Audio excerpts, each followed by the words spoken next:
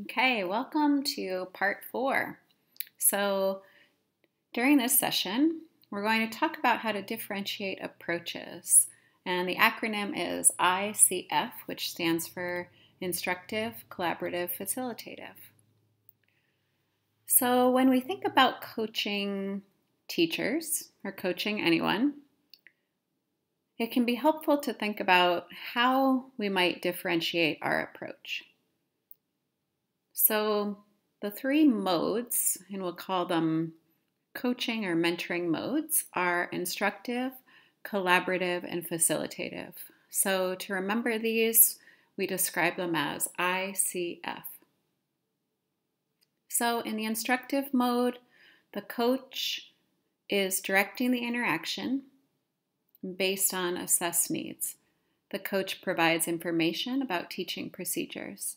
The coach offers suggestions and solutions with a rationale. So some examples of this, you would be teaching, modeling, giving advice, offering a menu of ways to address a concern. Now the second mode is collaborative. And in this mode, the coach guides the interaction without necessarily controlling it, and the coach and teacher co-construct solutions and material. So some examples of this would be if you are co-planning, problem-solving together, or co-observing another teacher. And then in the third mode, the facilitative mode, the teacher actually actively directs the flow of information, and the coach acts as a facilitator of the teacher's thinking and problem-solving. The teacher self-assesses and self-prescribes.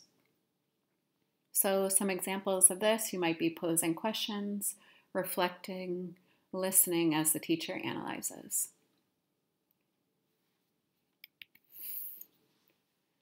So to reflect on this, we'd love for you to submit responses in Edpuzzle to these 3 questions. And you don't have to write long responses. The point is just to be reflecting on this concept and trying to apply it to your work. So the first question, which mode, instructive, collaborative, facilitative, is your default when giving feedback to others? Many of us have a default mode.